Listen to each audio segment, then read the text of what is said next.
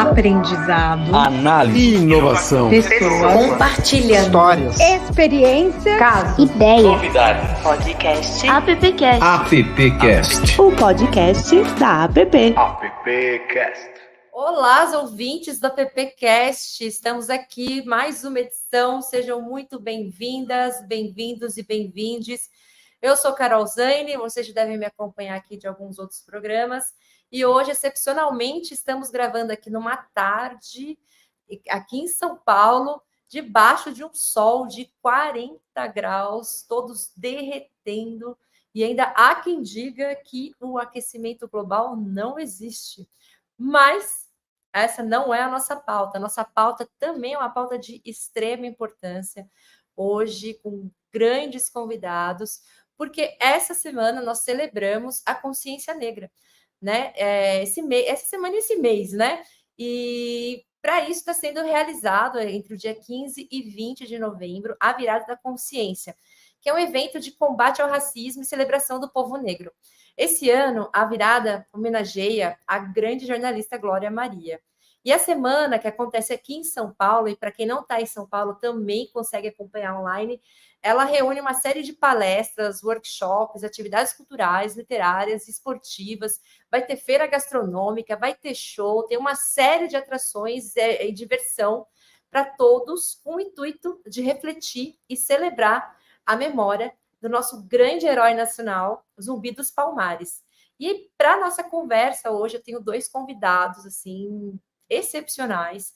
O primeiro é José Vicente, que ele é fundador e reitor da Universidade Zumbi dos Palmares, também é pós-doutor pela FEA da USP, é membro do Conselho Editorial da Folha de São Paulo, faz parte do Conselho de Ética do CONAR, é comentarista do Jornal da TV Cultura e articulista das revistas Isto É e Veja. Cadê o reitor? O reitor está por aqui, gente?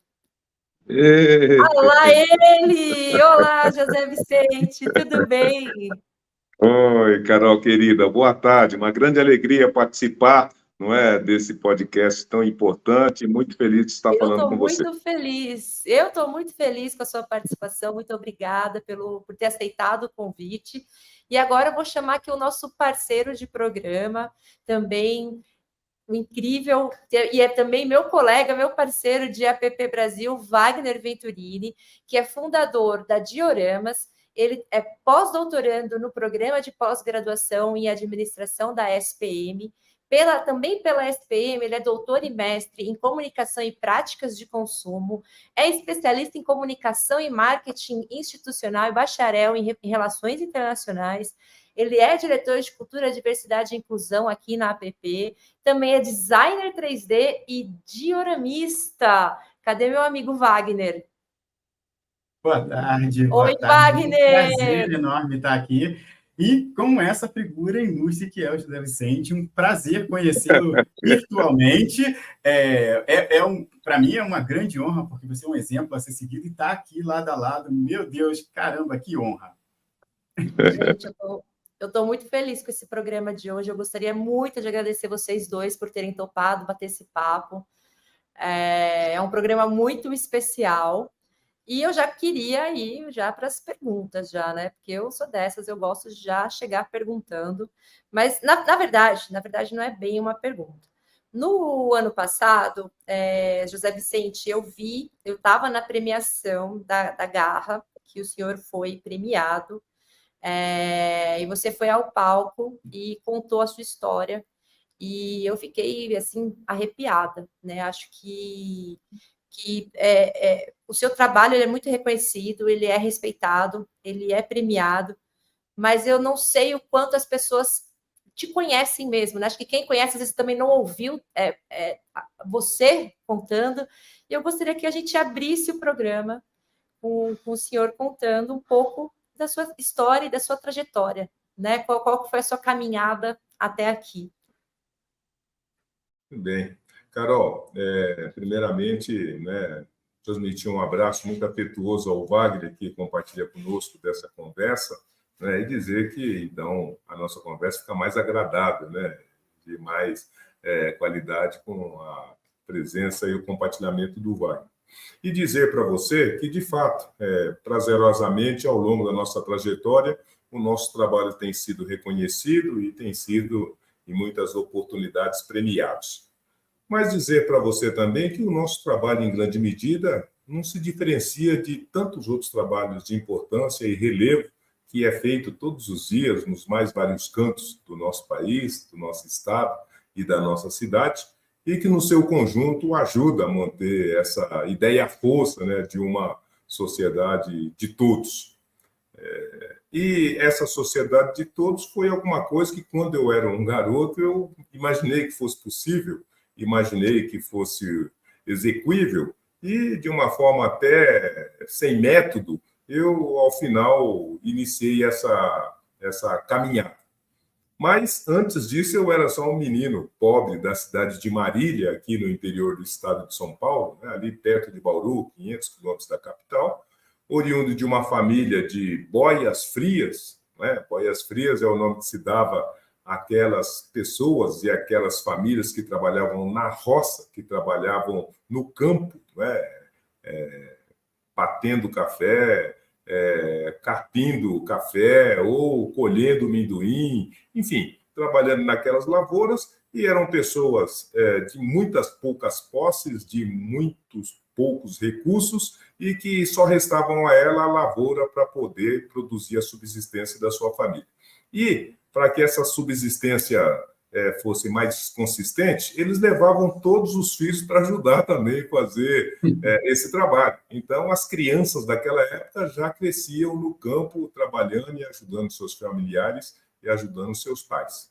Só que era um trabalho, como é hoje, muito desgastante para um adulto e, sobretudo, para uma criança. Então, qualquer criança de juízo naquela oportunidade, né, só podia pensar uma coisa: eu quero sair fora daqui. E eu também queria sair fora daquela boia fria, daquela situação. E não sei definitivamente dizer, mas sempre teve uma coisa muito forte em mim, dizendo que, primeiro, que aquilo não era para mim; segundo, que eu precisava trabalhar para que aquilo não fosse para ninguém também; e terceiro, que eu precisaria usar as minhas energias, os meus dons, os meus talentos para fazer uma coisa que eu pensava na época grandiosa. Não sabia exatamente o que era, mas sabia que eu tinha que fazer uma coisa grandiosa.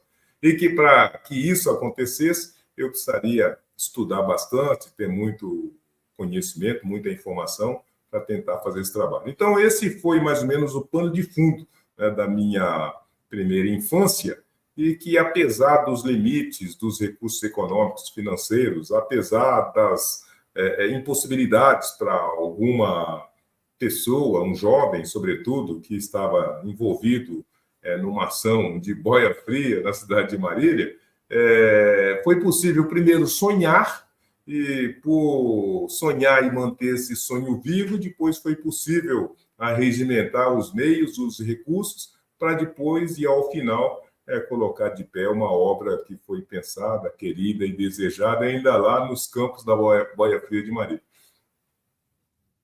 Que história incrível, história linda, bonita demais, assim. Por isso que acho que é um prazer imenso estar compartilhando esse podcast, essa conversa, porque é inexplicável. Acho que falta palavra. A gente que escuta, de novo, mais uma vez me emocionei.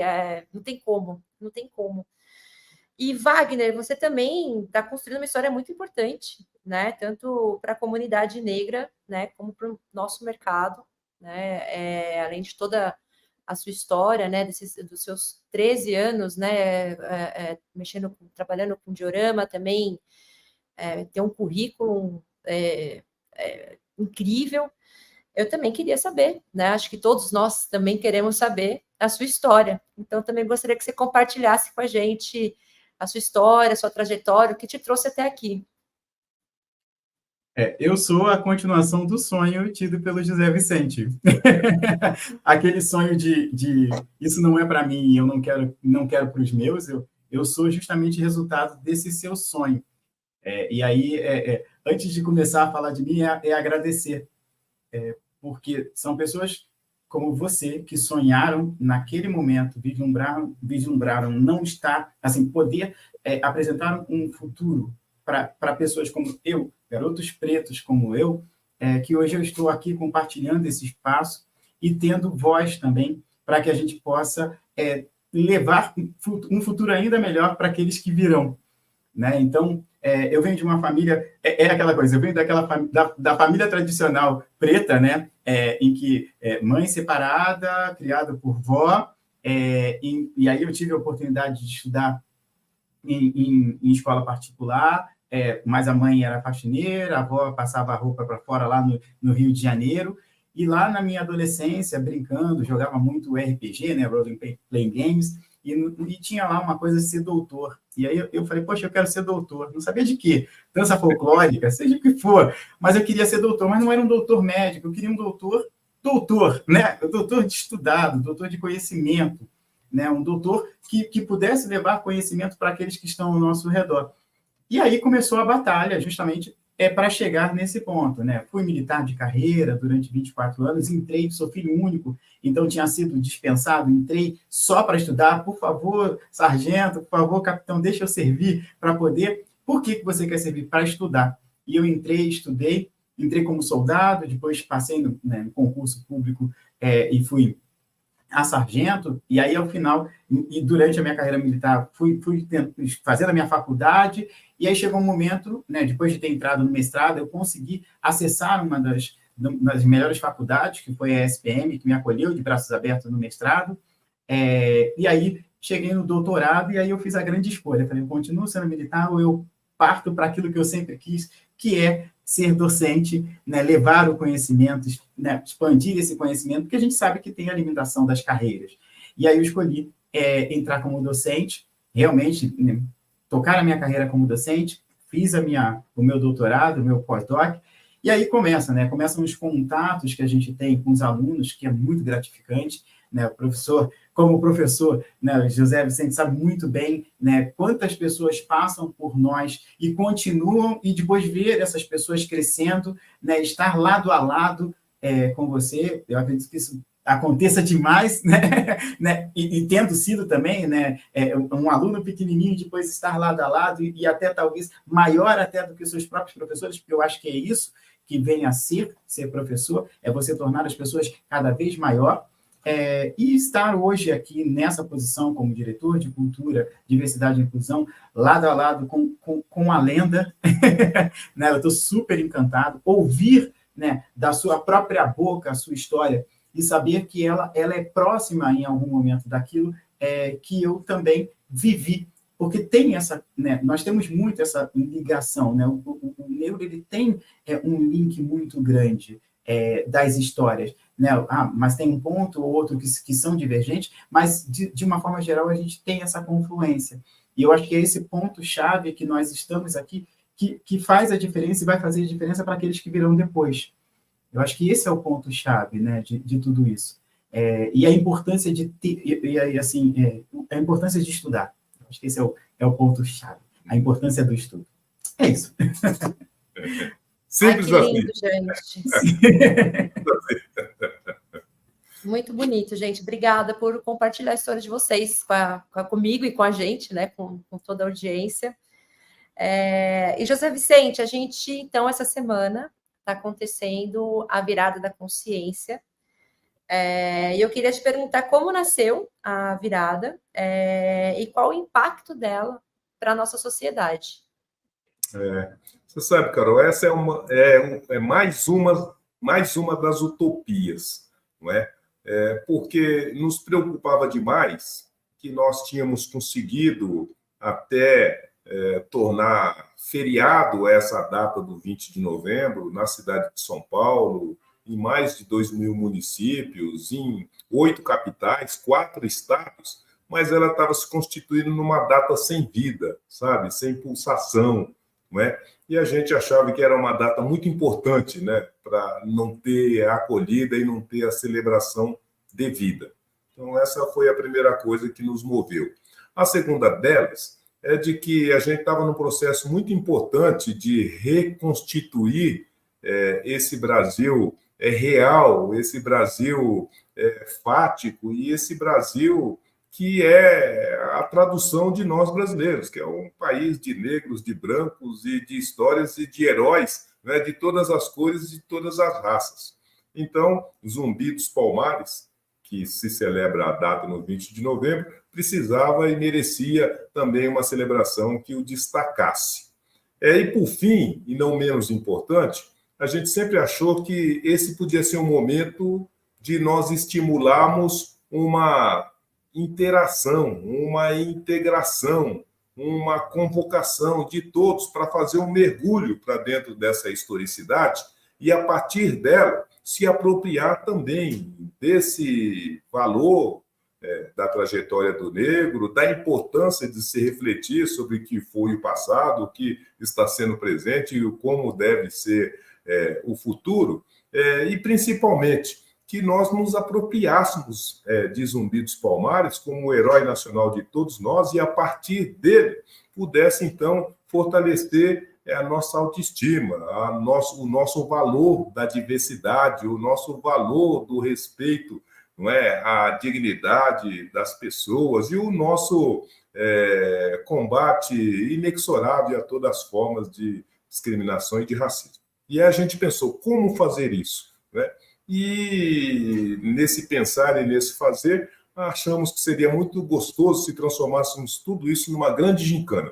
Uma gincana em que todos pudessem fazer um mergulho, uma imersão, participar, interagir, degustar, não é? Abraçar, acolher, e com isso, ao final, todos saíssem com bastante informações sobre essa agenda, tivesse essa oportunidade, né, de trocar um abraço com o negro, com o branco, com quem tivesse ao seu lado, e, por fim, tudo isso junto fortalecesse esse sentido da nossa diversidade, esse sentido da nossa característica de um povo miscigenado, e esse sentido de que os heróis negros são heróis de todos nós brasileiros, e Zumbi dos Palmares é um herói de todos nós. Então, esse era o desejo, e queríamos fazer isso envolvendo todos os setores. Então, a gente foi falar com os meninos das universidades, pegamos o time de basquete, criamos uma taça de basquete para envolver todas as universidades, fomos para as escolas públicas, criamos o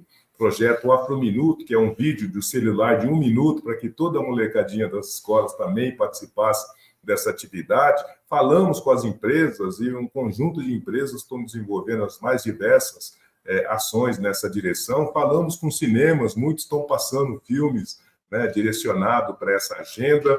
Falamos também com os espaços culturais, e são mais de 500 parceiros culturais, cada um desenvolvendo a sua atividade dentro da agenda e disponibilizando para as pessoas.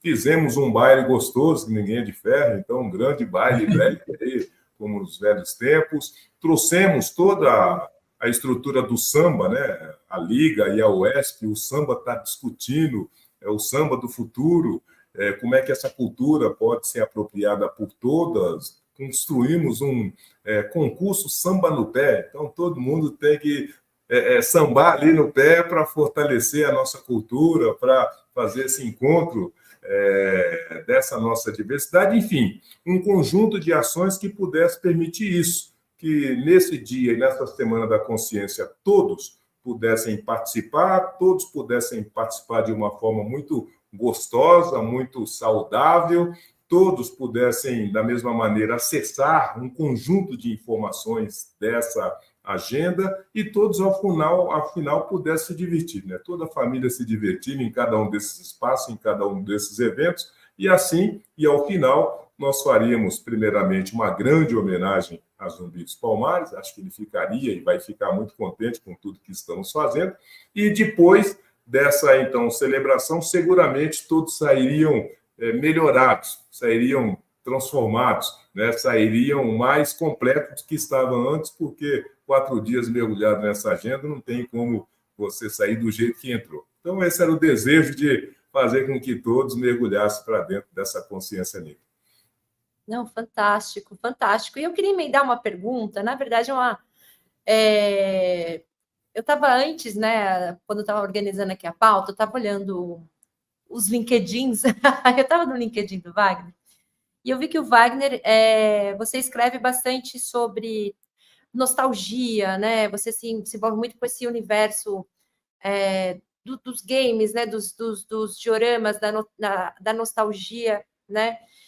E agora, inclusive, o José Vicente falou, por exemplo, né, da gente ter o Zumbi dos Palmares, né, ser reconhecido como um herói nacional, né? E aí eu fico tentando pensar, porque assim, a gente teve, né, a gente viveu e ainda vive um processo, né, de tentar, né, fazer esse apagamento da história negra, né? E pensando nisso, pensando, né, na história negra, no povo negro, como que, né, como que a gente conseguiria impactar a comunidade com nostalgia, né? Como que a gente conseguiria usar? Porque essa nostalgia, ela é muito falada no mercado, né? Ela é muito tendência. Então, você vê, por exemplo, o mercado, né, de cinema sempre pescando ali coisas, referências do passado, ou o próprio mercado para trazer essa nostalgia. Como que a gente conseguiria usar, né? Fazer essa fusão da nostalgia e tentar trabalhar esse não apagamento? Como que daria para fazer? Dá para fazer? Uma coisa que eu tenho, que o José Vicente falou, e uma coisa que me chama sempre muita atenção, é a questão da memória, né? A nostalgia está ligada à memória, né? E quando você fala no universo de colecionáveis, no universo de fãs, você está falando no universo de memória. Por muito tempo, a gente passou por um apagamento das nossas memórias. Né? Nossas memórias foram completamente apagadas. Elas foram substituídas por elementos outros fantasiosos. E agora, eu falo agora, mais no século XXI, em que há um grande boom da memória, a gente tem a retomada da nossa consciência, e eu uso a palavra a retomada da consciência de que nós temos história, nós negros temos história e precisamos vivenciar essas histórias. Quando a gente tem a inserção de elementos pretos, e aí protagonistas pretos, com a sua historicidade preta, e aí, de novo, uma palavra utilizada pelo José Vicente, que eu trabalho bastante, que é a questão, e aí a historicidade dos objetos, porque eu trabalho muito com a questão dos objetos que ele possui uma historicidade, e aí no colecionismo, essa historicidade ela é complementada por um objeto anterior, por isso que o colecionismo não se completa, porque todo objeto lhe falta algo que é completado por um outro objeto seguinte. Então, quando a gente tem todos esses elementos linkados, a gente começa num processo de construção de história e remontagem e retomada da nossa memória como ela de fato é. Então, hoje, nesses universos, né, no universo geek, no universo nerd, como um todo, a gente vê um protagonismo cada vez maior, não só na questão midiática, mas também na questão da participação do negro nesses espaços, que é o que eu tenho acompanhado. Então, quando você vai num grande evento, né, maiores feiras, né, do mundo, você via pouquíssimos pretos ocupando esses espaços, porque haviam poucos personagens que o representavam. Só que aí, nós estamos também passando por um processo inverso. E aí eu brinco de apropriação inversa, em que hoje os pretos estão se apropriando de personagens que eram vistos ou eram totalmente brancos, e agora nós temos uma releitura de como seria o Superman preto. Olha, então eu vou me vestir de Superman preto. Como seria, né, a Ariel, que hoje foi apresentada como uma sereia preta, e dizer que a sereia não existe sereia preta? Gente, sereia não existe. Então, ela pode ser de qualquer cor. E as pessoas, elas se degladiam na internet, sim, né? E quando a gente tem a retomada da nossa memória, e aí a gente tem a questão do empoderamento, a questão do posicionamento negro, dizendo eu sou negro e eu posso sim ser Ariel, eu posso sim ser o super-homem. Aí sim, a questão da nostalgia, ela está passando por um processo de reconstrução daquilo que é apresentado. Então, assim, existe sim o apelo nostálgico, mas hoje ele não é mais como era antigamente, em que você trazia a nostalgia, ela fixada naquele momento, dizendo, é isso e pronto. Não, eu trago a questão nostálgica e é isso da forma que hoje eu a enxergo, da forma que hoje eu gostaria que ela tivesse sido. Né? É você trazer personagens, é você trazer construções de personagens, elementos diferenciados, e aí você vê uma gama de produtos e serviços hoje repensados, né? Reimagined, como tem sido chamado em muitos deles, em que você tem uma outra apresentação, e aí tem a questão da representatividade. Mas isso passa justamente por todo um trabalho que foi feito anteriormente de empoderamento, de dizer, eu sou preto e eu tenho orgulho disso. Eu não tenho vergonha do meu cabelo, eu não tenho vergonha da minha cor, eu não tenho vergonha da minha origem. Né? Então, a nostalgia hoje, eu repito, não é mais como era antigamente. E você conta pra gente, todo mundo tem uma lembrancinha nostálgica, assim, né? Um negocinho ali no coração. Me conta a sua, Wagner. Depois eu quero saber a sua também, José Vicente. Ai, a minha lembrança nostálgica é que, como eu trabalho com esse universo de geek, eu sou super, hiper, mega fã de Transformers. E aí, olha, a foto que eu mais, assim, que eu repito todo dia das crianças, é uma que eu tô com camiseta de Transformers, com os bonequinhos de Transformers no colo, que para mim é aquele momento mágico, porque depois eu vinha trabalhar diretamente com Transformers, conheci o diretor, atores do filme, participei de lançamentos de filmes, então acho que essa é a memória chave. E você, doutor, você tem alguma? Eu tenho bastante nostalgia. Eu continuo sendo, eu continuo sendo menino do interior. Mas olha, se eu tivesse que identificar um elemento muito importante na minha trajetória, sobretudo na juventude, eu reputo isso a bandas marciais. Na minha cidade, Marília, nós tínhamos 3 bandas marciais. E todo jovenzinho, sobretudo aqueles mais pobres, tinham na banda marcial uma porta de entrada para essas aventuras, né? De poder viajar, conhecer pessoas, aprender ali uma técnica e depois começar esse processo de trabalho e construção coletiva, apresentar o resultado de um trabalho coletivo, que era aquela música ensaiada. E mais ainda, no nosso tempo, as bandas marciais eram mistas, tinha muitas mocinhas. Então, qualquer mocinho que se precisava estar numa banda marcial. Né? E ali era um prestígio da época.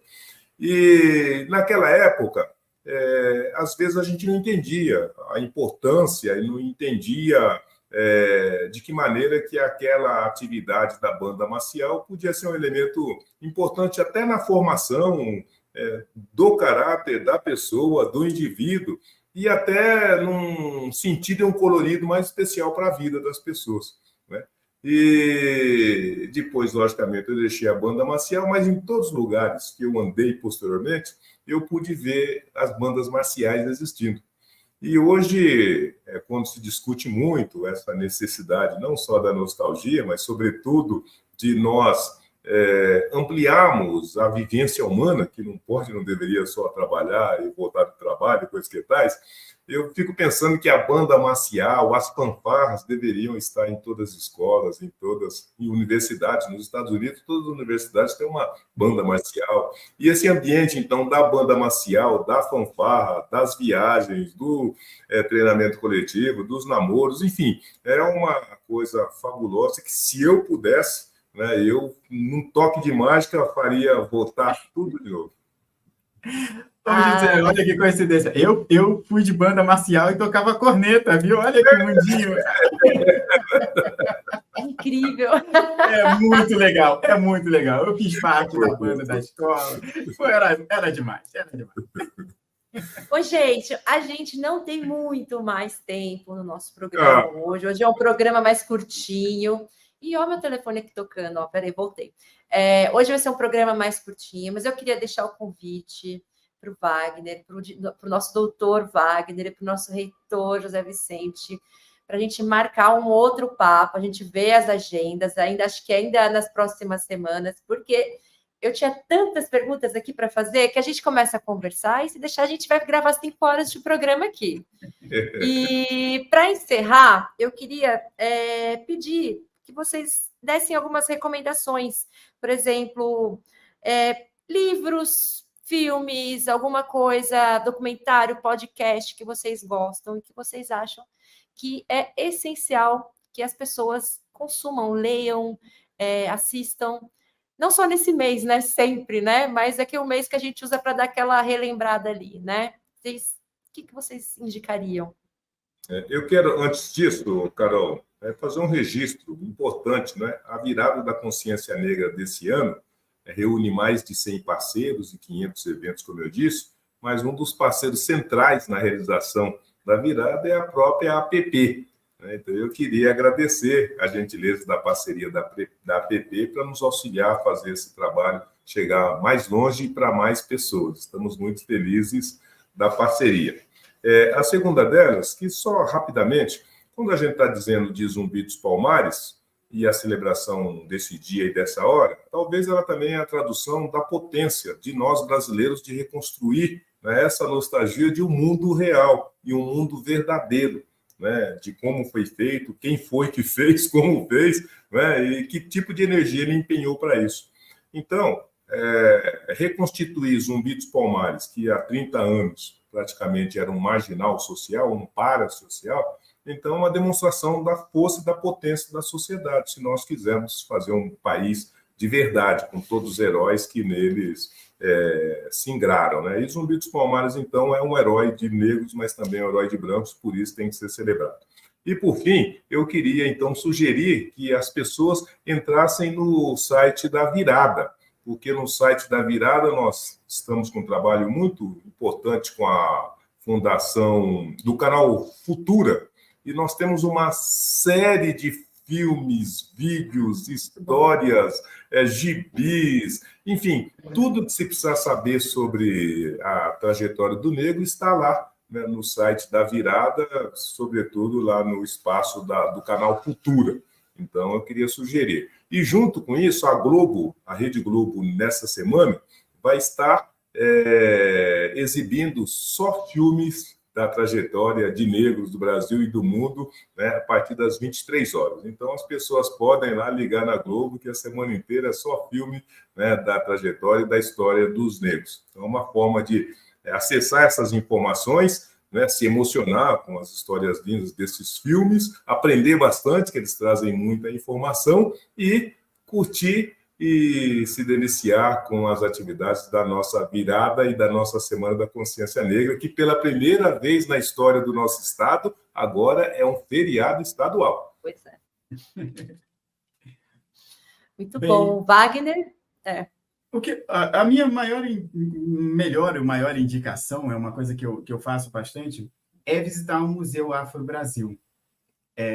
Eu tive a oportunidade eu fui voluntário lá, nos anos de 2017, 18, 19, 17, 18, e sempre tem exposições, e é uma forma de você mergulhar na cultura afro, estar lá presente.